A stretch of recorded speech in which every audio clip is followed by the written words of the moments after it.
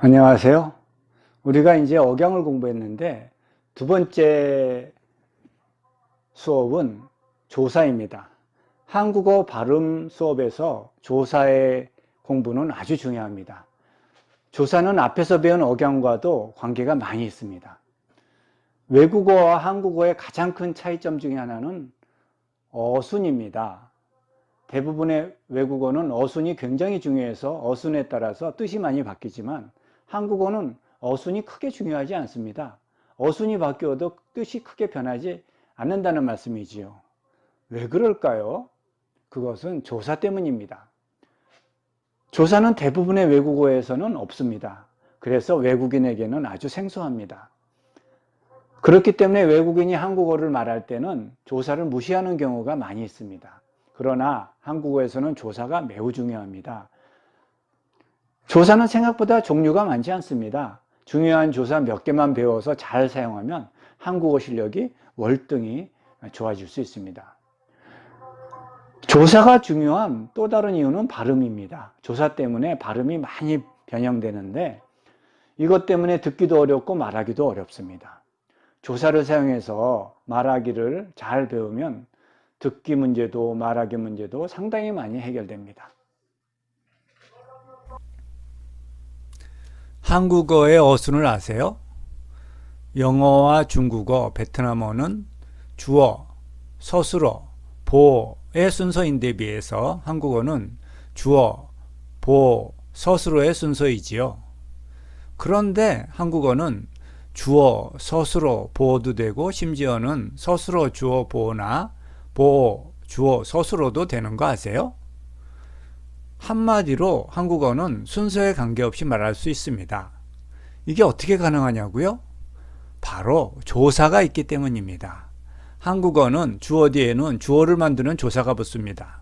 그리고 보어는 보어를 만드는 조사, 목적어 뒤에는 목적어를 만드는 조사가 붙습니다. 그렇기 때문에 어느 것이 주어이고 어느 것이 목적어이고 어느 것이 보어인지 파악할 수 있는 겁니다. 예문을 들어보겠습니다. 한국에는 사계절이 있습니다. 순서를 바꿔서 사계절이 한국에는 있습니다. 이렇게 말해도 전혀 관계가 없습니다. 그 다음 예문 한번 보겠습니다. 선생님은 학생들에게 한국어를 가르칩니다. 또 이것을 순서를 바꿔서 학생들에게 선생님은 한국어를 가르칩니다. 혹은 한국어를 선생님은 학생들에게 가르칩니다. 그 다음에 한국어를 가르칩니다. 선생님은 학생들에게. 어떤 순서를 해더라도 전체적인 뜻에는 차이가 없습니다.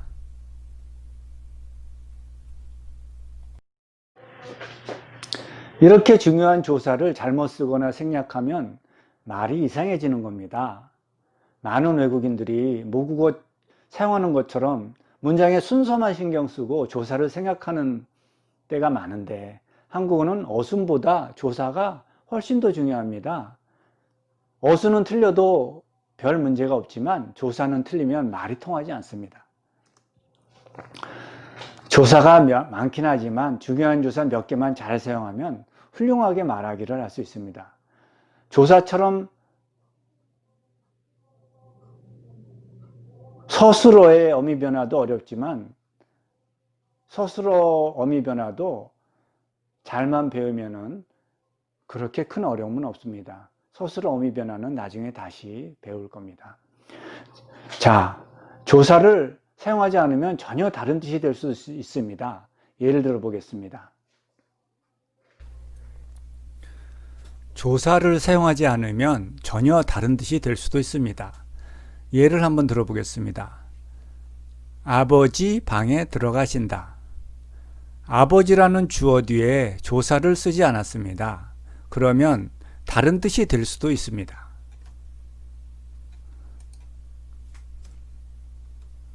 아버지가 방에 들어가신다. 혹은 아버지의 방에 들어가신다. 조사가 가도 될 수 있고 의도 될 수가 있지요. 아버지의 방에 들어가신다는 말은 주어가 없어서 누구인지 모르지만 누군가가 아버지의 방에 들어간다는 말이 될 수도 있습니다. 또 있습니다. 다른 예문, 나, 그 여자 사랑합니다. 외국인들이 이렇게 말하는 사람 많습니다. 조사를 안 쓰니까요. 그런데 이게 전혀 다른 뜻이 될 수 있는 거 아십니까? 나는 그 여자를 사랑합니다. 이런 말로 사용할 수도 있지만은 반대로 나를 그 여자는 사랑합니다. 이런 말도 됩니다. 조사를 어떻게 쓰느냐에 따라서 전혀 다른 뜻이 될 수 있다는 거죠.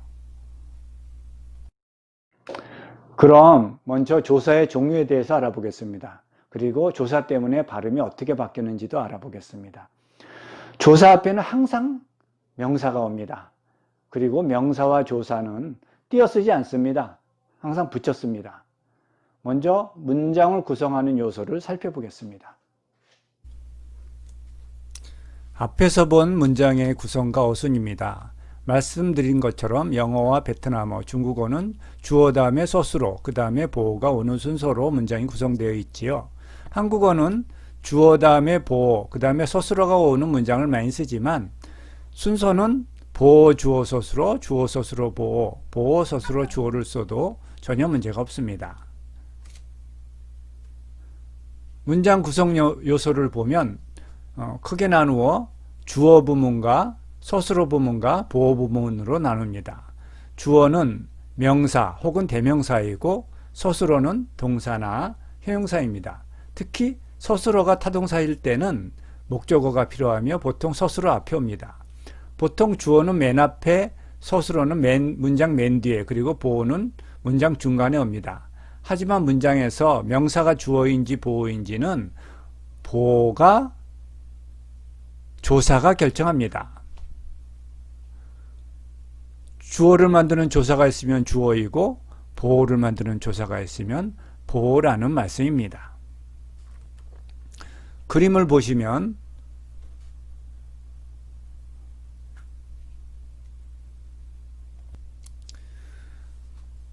그림의 예문을 보면 나는 고향에 사는 부모님에게 전화를 매일 드립니다. 이런 문장에서 주어는 나는입니다. 그 다음에 서술어는 맨 끝에 드립니다입니다. 나머지는 다 보어이죠. 잘 보시면은 나누는 는이라는 빨간색 주어를 만드는 조사가 있습니다. 그 다음에 보어들을 보면 부모님 뒤에 에게라는 보어를 만드는 조사와 전화를 해서는 를이라는 보어를 만드는 조사가 있습니다. 빨간색은 다 조사입니다. 이때 부모님이라는 명사 앞에 명사를 설명하는 관형어가 고향에 사는이라는 관형어가 있습니다. 명사를 설명하는 것을 관형어라고 합니다. 그 다음에 서술어 드립니다를 설명하는 앞에 매일이라는 부사어가 있습니다. 서술어를 설명하는 것은 부사어라고 합니다. 결국 한국어는 주어, 보어, 서술어, 그리고 명사를 설명하는 관형어, 그 다음에 서술어를 설명하는 부사어, 이 정도만 알면은 거의 모든 한국어를 무엇이든지 구사할 수 있습니다. 주어를 만드는 조사입니다. 명사 뒤에 이 조사가 붙어 있으면 그 명사는 주어입니다. 순서에 관계없지만 보통 주어는 문장의 앞에 위치합니다. 주어를 만드는 조사는 은, 는, 이, 가 이렇게 4개가 있습니다. 앞에 이응이 있는 은과 이는 주어의 끝에 받침이 있을 때 사용합니다.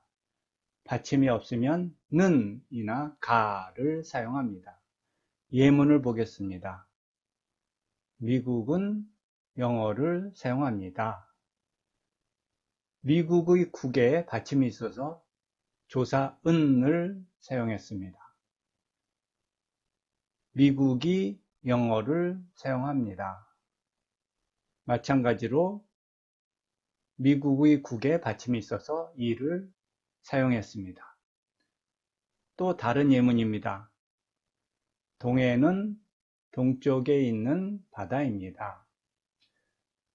명사 동해의 해에 받침이 없어서 는을 사용했습니다. 동해가 동쪽에 있는 바다입니다. 역시 동해의 해에 받침이 없어서 가를 사용했습니다. 주어가 두 개일 때는 첫 번째 주어에는 은이나 는, 두 번째 주어는 이나 가를 사용합니다. 예문을 보겠습니다. 나는 한국이 좋아요. 여기서 나와 한국이 주어죠. 주어가 두 개입니다. 첫 번째 주어인 나는 조사 는을, 두 번째 주어인 한국은 조사 이를 사용했습니다. 예문을 하나 더 보겠습니다. 여름은 날씨가 좋아요. 주어가 두 개지요. 여름과 날씨입니다. 첫 번째 주어 여름은 조사 은을, 두 번째 주어 날씨는 조사 가를 사용했습니다. 이건 역시 주어에 받침이 있으면 이나 은을, 받침이 없으면 가나 는을 사용합니다. 이번에는 도입니다. 조사 도입니다. 앞에서 말한 것과 같은 의견일 경우에는 도를 사용합니다. 예문을 보겠습니다. 나는 학생입니다. 언니도 학생입니다. 언니와 나는 모두 학생이라는 뜻이지요.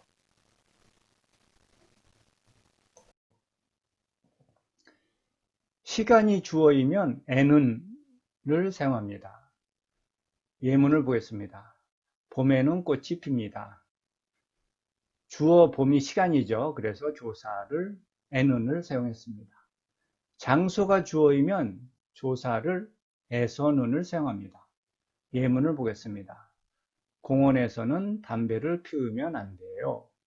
여기서 주어 공원이 장소이지요. 그래서 조사를 에서는을 사용했습니다. 이번에는 보어를 만드는 조사입니다. 보어는 여러 가지가 있는데 먼저 목적어를 만드는 조사입니다. 목적어는 명사이며 보통 동사 앞에 옵니다. 을과 를이 있는데 목적어의 끝에 받침이 있으면 이응으로 시작하는 을을 사용하고 받침이 없으면 르를 사용합니다. 예문을 보겠습니다. 나는 한국을 사랑합니다. 목적어 한국의 끝에 받침이 있어서 을을 사용했습니다. 또 다른 예문입니다. 나는 아이를 좋아합니다. 목적어 아이의 끝에 받침이 없어서 르를 사용했습니다. 이번에는 목적어에게입니다. 주다의 뜻을 가진 동사, 수요동사라고 하는데요. 이런 동사는 사람 목적어가 필요합니다. 사람 목적어의 조사는 에게를 사용합니다. 예문을 보겠습니다. 그 남자는 그 여자에게 선물을 주었어요. 그 여자의 조사는 에게입니다. 또 다른 예문을 보겠습니다. 그 여자는 그 남자에게 책을 선물했어요. 그 남자의 조사는 에게입니다. 이번에는 보어를 만드는 조사 중에 시간과 장소의 조사입니다. 시간의 조사는 에이고 장소의 조사는 에서입니다. 예문을 보겠습니다.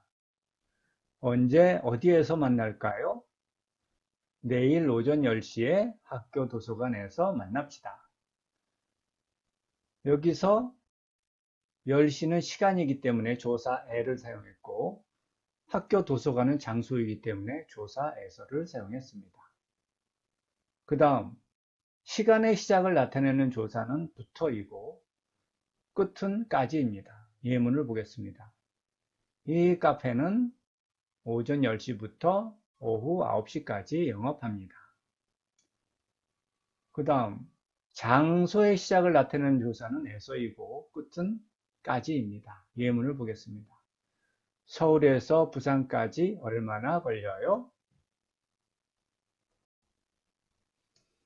이번에는 소유의 조사입니다.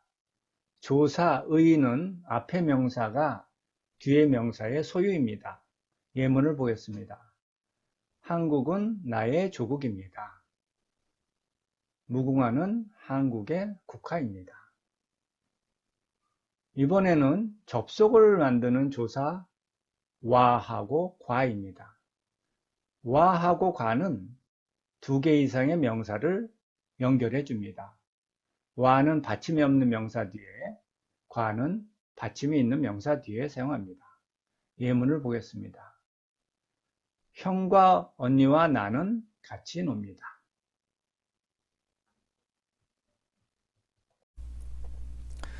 그럼 한번 정리해 보겠습니다. 조사는 굉장히 많은 것 같아도 사실은 여기에 있는 기본적인 조사만 알면은 한국어의 80% 정도는 거의 구사할 수 있습니다. 나머지 조사는 천천히 하나씩 배워나가면 됩니다. 먼저 주어를 만드는 조사입니다. 주어를 만드는 은는 이가 도, 에서는 이죠. 주어를 만드는 조사는 이거 외에는 거의 없습니다. 다음에 보어를 만드는 조사입니다. 목적어를 만드는 조사는 을을하고 에게죠. 목적어를 만드는 조사는 을을, 에게 말고는 없습니다. 시간을 만드는 조사는 에고요. 장소를 만드는 조사는 에서입니다. 시작과 끝을 말하는 조사는 부터까지, 장소를 시작과 끝을 말하는 것은 에서까지입니다. 다음에 소유, 누구의 것인지를 말할 때는 의를 쓰고요. 다음에 접속, 두 개를 같이 연결할 때는 와와 과를 씁니다. 잘 아시다시피 조사는 명사 뒤에 붙는 것입니다. 명사와 조사 사이는 끊어 쓰지 않습니다. 한국은 모든 품사가 끊어 쓰지만 조사는 명사 뒤에서 붙여 씁니다. 앞에 몇 가지 조사들만 잘 사용하면 초급자는 듣기와 말하기가 상당히 좋아집니다. 그만큼 한국 사람들이 말할 때 많이 사용하는 것이기 때문입니다. 더구나 조사는 어절의 끝에 옵니다. 그래서 항상 고음입니다. 어절의 끝이고 고음이기 때문에 한국어 말하기와 듣기에서 훨씬 더 중요한 것입니다. 예문을 보겠습니다. 나는 학교에 갑니다. 우리들은 서울역에서 지하철을 타고 집에 옵니다. 친구와 나는 아침 9시 반에 아침 식사를 합니다. 여기서 빨간색은 다 조사입니다. 한국어를 말할 때는 조사를 이렇게 많이 사용합니다. 그런데 조사를 사용하지 않으면 참 이상한 말이 되죠. 더군다나 조사는 모두 높은 음입니다. 다시 한번 들어볼까요? 나는 학교에 갑니다. 우리들은 서울역에서 지하철을 타고 집에 옵니다. 친구와 나는 아침 9시 반에 아침 식사를 합니다. 이렇게 말하는데 조사를 말하지 않으면 말이 아주 이상해집니다. 외국인들이 조사를 빼면서 말하는 사람이 많이 있는데, 예를 들어서 나 학교 갑니다. 우리들 서울역 지하철 타고 집 옵니다. 친구 나 아침 9시 반 아침 식사합니다. 이렇게 말하면은 더군다나 억양도 이상하기 때문에 알아들을 수가 없습니다. 그 다음에 발음이 어떻게 바뀌는지 한번 보겠습니다. 아래에 있는 예문입니다. 나는 학교에 갑니다. 우리들은 서울역에서 지하철을 타고 집에 옵니다. 친구와 나는 아침 9시 반에 아침 식사를 합니다. 조사 때문에 발음이 많이 바뀝니다. 조사를 사용하지 않으면은 발음이 안 바뀐다고 말할 수 있지만은 알아듣지 못합니다. 조사 때문에 바뀌는 발음을 알아듣기 위해서는 조사를 열심히 사용해야 알아듣는 것도 알아들 수가 있습니다. 조사를 사용하지 않으면 아주 이상한 한국어가 되는 겁니다. 한국 사람이 말할 때 조사를 생략하는 경우가 있습니다. 어떤 외국 학생이 이런 말을 하더라고요. 한국 사람도 조사를 사용 안 하는 사람도 있던데요. 맞습니다. 그런데 그것은 사용할 수 있는, 생략할 수 있는 조사가 있습니다. 문장의 순서를 잘 지킬 경우에 관용적으로, 습관적으로, 관용적이라는 건 습관적이라는 뜻이죠. 자주 사용하는 명사와 조사 서술인 경우에는 생략할 수가 있습니다. 예를 들어 보겠습니다. 학교에 갑니다.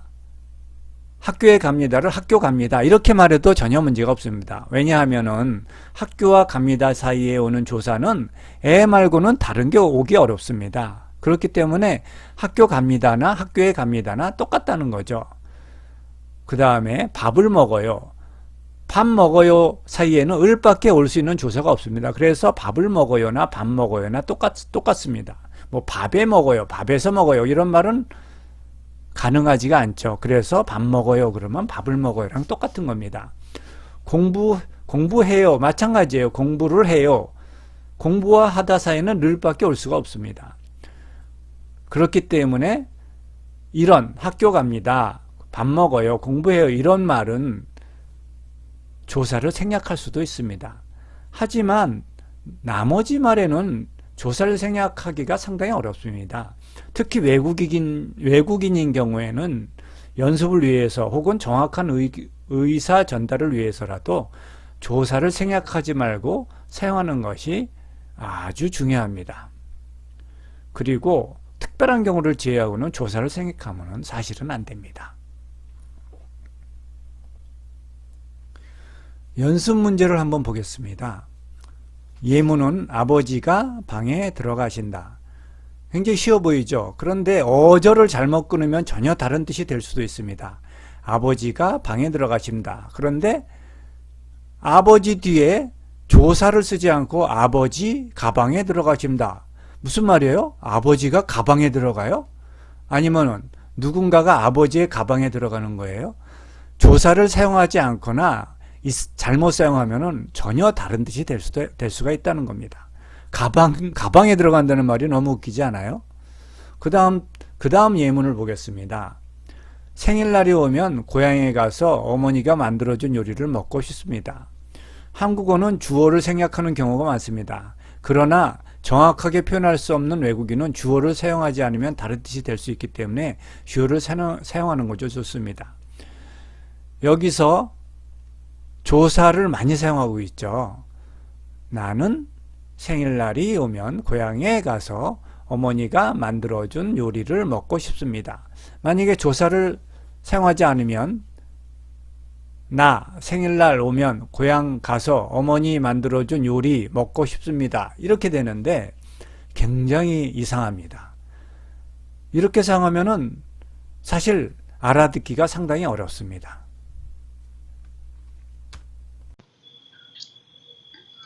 연습 문제입니다. 다음의 문장에서 조사를 만들어서 완성해 보세요.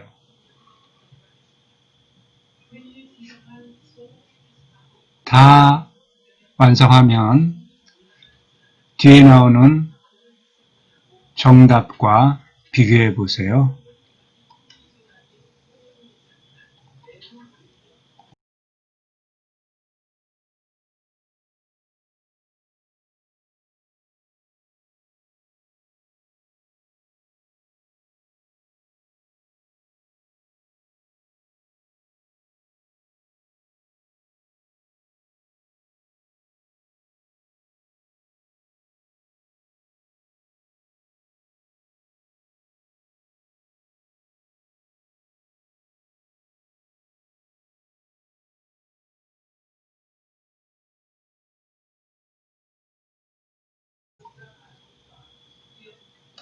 수고하셨습니다.